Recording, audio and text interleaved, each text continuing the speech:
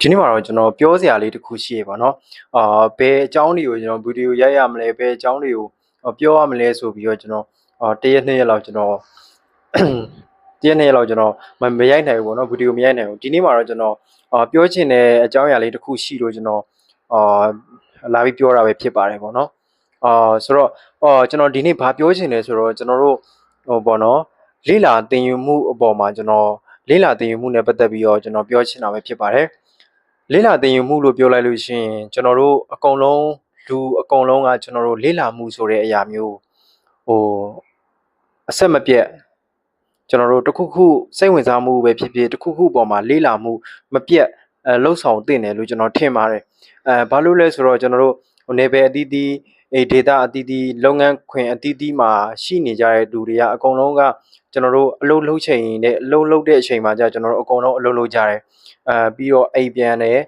အိတ်တယ်စားတယ်ပြီးတော့အိမ်မှုကိစ္စတွေပေါ့ဒါတွေရှိရပေါ့ပြီးတော့မိသားစုကိစ္စတွေပေါ့ဒီဟာတွေရှိရပေါ့အလုပ်လုပ်လိုက်တယ်ငွေတွေတုံးလိုက်တယ်မိသားစုကိစ္စတွေနဲ့လူမှုရေးစီးပွားရေးအများကြီးပဲပေါ့နော်ဒီလိုမျိုးဖြစ်တဲ့နေရာမှာကျွန်တော်တို့professional ကျွန်တော်ဒီနေရာပြောချင်တာ professional နဲ့ဒီ professional ကိုယ့်ရဲ့ career မရှိသေးတဲ့အပိုင်းနှစ်ပိုင်းပေါ့နော်ဥပမာ career မရှိသေးတဲ့လူတစ်ယောက်ကလည်း career ကိုရှာပြီးတော့ဒီကို career သွားချင်တဲ့လမ်းကြောင်းပေါ်မှာfocus ထားပြီးတော့အဲ့ဒီဟာအပေါ်မှာကျွန်တော်တို့ social media လေ့လာနေရမယ်ပေါ့နော်ပြီးတော့ career ရှိတဲ့လူအပေါ်မှာလည်းကျွန်တော်တို့career ကိုမှရှိနေပြီဒီ career မှာပဲကိုဆက်ရှောက်မယ်လို့တွေးထားတဲ့လူဆိုရင်လည်းပဲဒီကိုယ့်ရဲ့ career ကိုထပ်ပြီးတော့ promote ဖြစ်နိုင်မဲ့အရာတွေပေါ့နော်တိုးတက်နိုင်မဲ့အရာတွေဒီဟာတွေကိုဆက်ပြီးတော့လေ့လာသင့်ပါတယ်ကျွန်တော်ဒီဟာကိုဘာလို့ပြောရလဲဆိုလို့ရှိရင်ကျွန်တော်တို့ဥပမာအဖြစ်ဟိုခေတ်ကကျွန်တော်တို့စီးပွားရေးလုပ်ငန်းရှင်တွေပဲဖြစ်ဖြစ်ဥပမာအဖြစ် engineer တွေပဲဖြစ်ဖြစ်ဥပမာအဖြစ် engineer တွေနဲ့အရင်ပြောလိုက်မယ်ဆိုလို့ရှိရင်ကျွန်တော်တို့ပထမဆုံးကျွန်တော်တို့ဥပမာအဖြစ်အရင်တော့ဆိုကျွန်တော် drawing တွေဘာတွေဆွဲလို့ရှိရင်ကျွန်တော်လက်နဲ့ပဲဆွဲကြတယ်ပေါ့နော်ဟိုခေတ်က engineer တွေကတဖြည်းဖြည်းနဲ့ပြောင်းလိုက်လာတော့ကျွန်တော်တို့ AutoCAD တို့ဘာတို့အဲ့လိုတွေဖြစ်လာတယ်ပေါ့ဖြစ်လာတော့ AutoCAD သုံးနိုင်တဲ့ engineer နဲ့ AutoCAD မသုံးနိုင်တဲ့ engineer နဲ့နောက်ပိုင်းကျလို့ရှိရင်တဖြည်းဖြည်းနဲ့ကွာသွားပြီးတော့ဒီ AutoCAD တွေဒီ design တွေကိုကွန်ပျူတာကိုကောင်းစွာအသုံးပြုနိုင်တဲ့ဒီ engineer တွေကဒါဒီအခုခေတ်မှာလည်းပဲသူဆက်ပြီးတော့ရှောက်နိုင်တဲ့ပို့ပြီးတော့အဆင်ပြေတယ်ပေါ့ဗျာပြောချင်တာကနီးပညာပေါ့နော်နီးပညာတွေကိုကျွန်တော်တို့မလေ့လာခဲ့ဘူးဒီရှေ့ရိုးဆွဲဒီနီးဗျူဟာတွေရှေ့ရိုးဆွဲနီးနာတွေနဲ့ပဲဆက်လုပ်နေမယ်ဆိုရင်တော့ဘယ်လိုမှဒါတိုးတက်နိုင်မှာတော့မဟုတ်ဘူးပေါ့နော်အကုန်လုံးဒီအများမြင်ကြပါတယ်သိကြပါတယ်ဗောနော်ဒီဟာတွေကကိုယ့်ပတ်ဝန်းကျင်မှာကြီးမှဆိုရင်သိပါတယ်ပြီးတော့နီးပညာကိုပြောချင်ပါတယ်နီးပညာနဲ့ပတ်သက်ပြီးတော့ကျွန်တော်တို့အမြဲတမ်းလေ့လာနေရမယ်ပေါ့ဥပမာအဖြစ်ကိုကဘယ်လိုမျိုးပေါ့နော်ဘယ်လိုမျိုးနေရာမှာလုံနေဥမာကိုကကားမောင်းသမားပဲဖြစ်ဖြစ်ကျွန်တော်တို့စက်ရုံမှာလုပ်တဲ့အလုပ်သမားပဲဖြစ်ဖြစ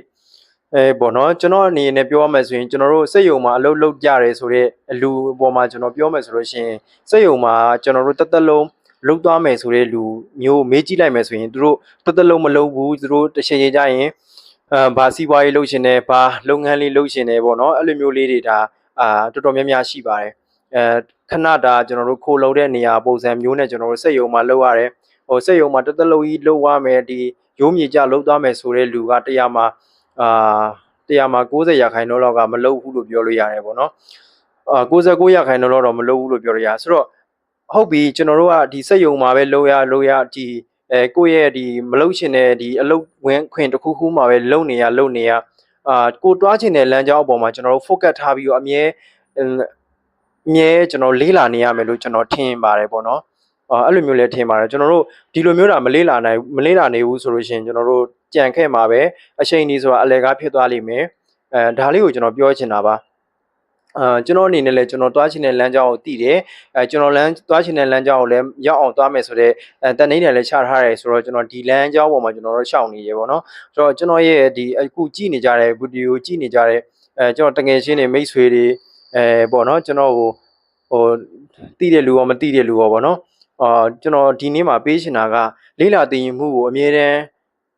ဘယ်လိုအခြေအနေဘယ်လိုအကြောင်းအရာနဲ့မှကျွန်တော်တို့တွားချင်တဲ့လမ်းကြောင်းကိုမရက်တက်လိုက်ပါနဲ့ပေါ့နော်ပြောချင်တာကလူတိုင်းကတော့ကျွန်တော်တို့အကုန်လုံးပြောကြတာပဲပေါ့နော်ကျွန်တော်တစ်ချိန်ကြာရင်ဘာလုပ်ချင်တယ်ညာလုပ်ချင်တယ်ကိုပိုင်စီးပွားရေးလုပ်မယ် ပေါ့နော်အဲ့လိုမျိုးပြောကြတာပဲပေါ့နော်ဒါပေမဲ့သူတို့ကဒီတကယ်တန်းကြတော့အဲ့လိုမျိုးမလုံနိုင်ကြဘူးတချေချေကြရင်ကျွန်တော်တို့နောက်9နှစ်ကြရင်ကျွန်တော်တို့ဘာလုပ်မယ်နောက်10နှစ်ကြရင်ကျွန်တော်တို့ဘာလုပ်မယ်ဆိုပြီးတော့ပြောတယ်ကျွန်တော်တို့သူတို့ကြတော့မလေးလာကြဘူးပေါ့နော်လေးလာတင်ယူမှုကြတော့မလုပ်ဘဲနဲ့ကျွန်တော်တို့နောက်9နှစ်မှာဘာလုပ်မယ်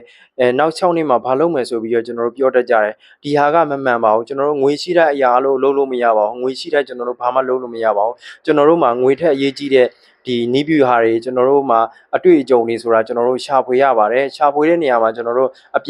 ြင်ပလောကကနေရှာဖွေရတာမျိုးရှိသလိုဒီစာအုပ်တွေထဲကနေပြီးတော့သင်တန်းတွေထဲကနေပြီးတော့ကျွန်တော်တို့ရှာဖွေရတာမျိုးတွေရှိပါတယ်ဆိုတော့အခုကြည့်နေတဲ့သူကလည်းကျွန်တော်တို့ကိုသွားချင်တဲ့လမ်းကြောင်းကိုလှုပ်ချင်တဲ့အလုပ်မျိုးကိုသွားချင်တယ်ဆိုလို့ရှိရင်အဲ့ဒီအတွက်ကျွန်တော်တို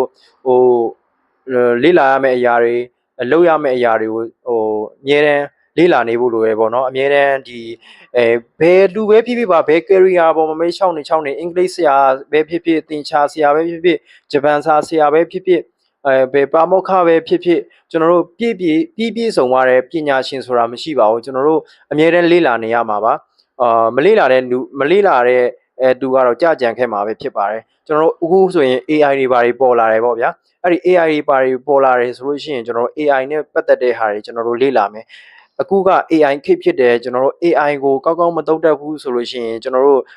့ပညာရှင်းတူရင်တော့မှ AI သုံးတတ်တဲ့လူကပို့ပြီးတော့ရှေ့ရောက်မယ်ပို့ပြီးတော့ခီးရောက်မယ်ပေါ့ဗျာကျွန်တော်ပြောချင်တာကဒါပဲပေါ့နော်အဲ့တော့ကျွန်တော်တို့ကား driver ပဲဖြစ်ဖြစ်ဘသူပဲဖြစ်ဖြစ်ကား driver ကိုကျွန်တော်မေးကြည့်ရှင်တယ်ကား driver ကိုတက်လို့ကား driver ပဲလုပ်သွားမှာလားကိုယ့်ရဲ့ career ကား driver လို့ပဲကိုခံယူလားဒီကား driver လုပ်တဲ့အလုပ်ပေါ်မှာပဲကိုကတကယ်ပဲလုပ်ရှင်တာလားဒီဟာကိုဘဝအတွက်အထောက်ဘယ်လောက်ထိဖြစ်နိုင်လဲကိုမိသားစုတွေဥမာအဖြစ်ကျွန်တော်တို့မိသားစုတွေဖြစ်လာမယ်မိသားစုတွေဒီမိန်းမတွေဘာတွေယူလိုက်မယ်ဒီကလေးတွေဘာတွေမွေးလာမယ်ဆိုရင်ဒီကား driver လုပ်တဲ့အလုပ်တစ်ခုလေးနဲ့ကျွန်တော်တို့ဖြစ်နိုင်လားဒါတွေကျွန်တော်တို့စဉ်းစားဖို့လိုပါတယ်ဥပမာစက်ရုံမှာလုပ်တဲ့လူတယောက်ဆိုရင်တော့ပဲဝန်ထမ်းလုပ်တဲ့လူတယောက်ဆိုရင်တော့ပဲဒီဟာလေးတစ်ခုနဲ့ကျွန်တော်တို့ဒီပညာလေးတစ်ခုနဲ့လုံလောက်လာပေါ့နော်ကျွန်တော်မေးရှင်ပါတယ်အဲ့ဒါလည်းကျွန်တော်လည်းအခုပဲနောက်ပိုင်းသိလာတဲ့အသိတရားတစ်ခုပေါ့နော်အဲ့တော့ကျွန်တော်တို့ဒီကိုကတော့ဒီလမ်းကြောင်းကြီးပေါ်မှာရှောက်နေမယ်ဟုတ်ပြီဒီလမ်းကြောင်းကြီးပေါ်မှာရှောက်လို့ရတယ်သွားလို့ရတယ်ဒါပေမဲ့မလေးလာလို့မရဘူးကျွန်တော်အယောင်းဝန်တန်းလားကျွန်တော်တို့ marketing လုပ်တဲ့လူလားကျွန်တော်တို့မလေးလာနေတဲ့လူကတော့ကြံခဲ့မှာပဲလို့ကျွန်တော်ပြောချင်တယ်ပေါ့နော်ဆိုတော့လေးလာသိမှုကိုအမြဲအစင်မပြတ်လှုပ်ဆောင်နေမှတော့ကျွန်တော်တို့ရဲ့တိုးတက်မှုလူရှင်းတူရင်တော့ကျွန်တော်တို့မူရှင်းမတူတော့ပါဘူးပေါ့နော်ကျွန်တော်တို့လေးလာတည်ယူတဲ့သူကအမြဲတမ်းရှေ့အောင်နေမှာပဲဖြစ်ပါတယ်ကျွန်တော်တို့အဲ့တော့ကျွန်တော်တို့အားလဲတဲ့အချိန်မှာကျွန်တော်တို့သွားချင်တဲ့လမ်းကြောင်းကျွန်တော်တို့ဖြစ်ချင်တဲ့ career ပုံစံကျွန်တော်တို့ရဲ့ lifestyle ကိုကျွန်တော်တို့လေးလာနေအမြဲတမ်းစဉ်ဆက်မပြတ်လေးလာနေမှလေးလာနေတဲ့သူကပဲအဲ့ဒီကိုဖြစ်ချင်တဲ့အရာမျိုးဖြစ်လာမှာပေါ့နော်ဆိုတော့ကျွန်တော်တို့ကတော့ဘာဖြစ်ချင်နေညာဖြစ်ချင်နေဆိုပြီးတော့ဗဇက်ကတာပြောပြီးတော့ကျွန်တော်တို့မလေးလာနေတဲ့လူကတော့ကြံခဲ့မှာပဲအလုပ်ကိုလုံးလိုက်တယ်9နာရီကနေ9နာရီကနေ9နာရီအထိအလုပ်လုပ်တယ်ဟုတ်ပြီ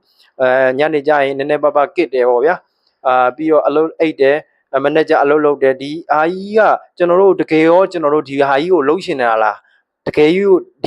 လုပ်ငန်းကြီးပေါ်မှာပဲကျွန်တော်တွားရှင်တာလားဒီလုပ်ငန်းကြီးပေါ်မှာပဲတွားရှင်တယ်ဆိုရင်တော့ကျွန်တော်တော့ဘာမှပြောရှင်တာမဟုတ်ပါဘူးဒီလိုမျိုးမတွားရှင်ကိုယ့်ရဲ့ career ကိုယ့်ရဲ့ passion ကိုယ့်ရဲ့ဖြစ်ရှင်တဲ့ဘဝမျိုးကိုရောက်ရှင်တဲ့လူကတော့ဒီလိုမျိုးနေလို့မရပါဘူးကျွန်တော်တို့ focus လုပ်ဖို့လိုပါတယ်ကျွန်တော်တို့ဖြစ်ရှင်တဲ့အရာတစ်ခုပေါ်မှာကျွန်တော်တို့ဆွဲမြဲနဲ့focus လုပ်ဖို့လိုပါတယ်အဲ့ဒီ focus ကလည်းကျွန်တော်တို့ဒီ5-6လလောက်နဲ့လည်းမဖြစ်ပါဘူးကျွန်တော်တို့အမြဲတမ်းဒီတစ်နှစ်2နှစ်3နှစ်ပေါ်မှာကျွန်တော်တို့အမြဲတမ်းဒါအနည်းဆုံးကျွန်တော်တို့လေ့လာရမှာပေါ့နော်အဲ့ဒါမှကျွန်တော်တို့ရဲ့ဒီကျွန်တော်တို့သွားချင်တဲ့ဥမာအဖြစ်ငွေကြီးအဆင်ပြေတဲ့အချိန်မှာကျွန်တော်တို့ရဲ့ knowledge တွေရှိနေပြီလေ့လာသင်ယူထားတဲ့အတွက်ကြောင့်လို့အဲ့တော့နှစ်ခုပေါင်းဆက်လိုက်လို့ရှိရင်ကျွန်တော်တို့အဆင်ပြေပါတယ်ကျွန်တော်တို့လုပ်ငန်းတစ်ခုစတော့မယ်ကျွန်တော်တို့ဖြစ်ရှင်တဲ့ဘဝမျိုးရောက်တော့မယ်ဆိုရင်ကျွန်တော်တို့ငွေအင်အားရှိလေးတစ်ခုရှိအောင်နဲ့ကျွန်တော်တို့ဘာမှလုပ်လို့မရပါဘူးကျွန်တော်တို့ကအများကြီးလိုပါတယ် network တွေလိုပါတယ်ပညာတွေလိုပါတယ်အသိပညာတွေလိုပါတယ်အတွေ့အကြုံတွေလိုပါတယ်ပေါ့နော်ဆိုတော့ဒီနေ့မှာတော့ပြောချင်တာကလေးလာတင်ယူမှုကိုလုံးဝမရက်တန့်လိုက်ပါနဲ့ကိုတွားချင်တဲ့လမ်းကြောင်းအပေါ်မှာ focus ထားပြီးတော့ဆွဲမြဲလုံးနိုင်တဲ့လူကတော့ကျွန်တော်တို့ဖြစ်ရှင်တဲ့ဘဝမျိုးရောက်မှာလို့ပဲကျွန်တော်ပြောချင်ပါတယ်ဆိုတော့လေးလာတင်ယူမှုကိုလုံးဝမရက်လိုက်ပါနဲ့လို့ကျွန်တော်ပြောချင်ပါတယ်ပေါ့နော်ကျွန်တော်ကိုအဆုံးထိကြည့်ပေးတဲ့အတွက်အားလုံးကိုလည်းကျေးဇူးတင်ပါတယ်မင်္ဂလာရှိသောနေ့လေးဖြစ်ပါစေပေါ့နော်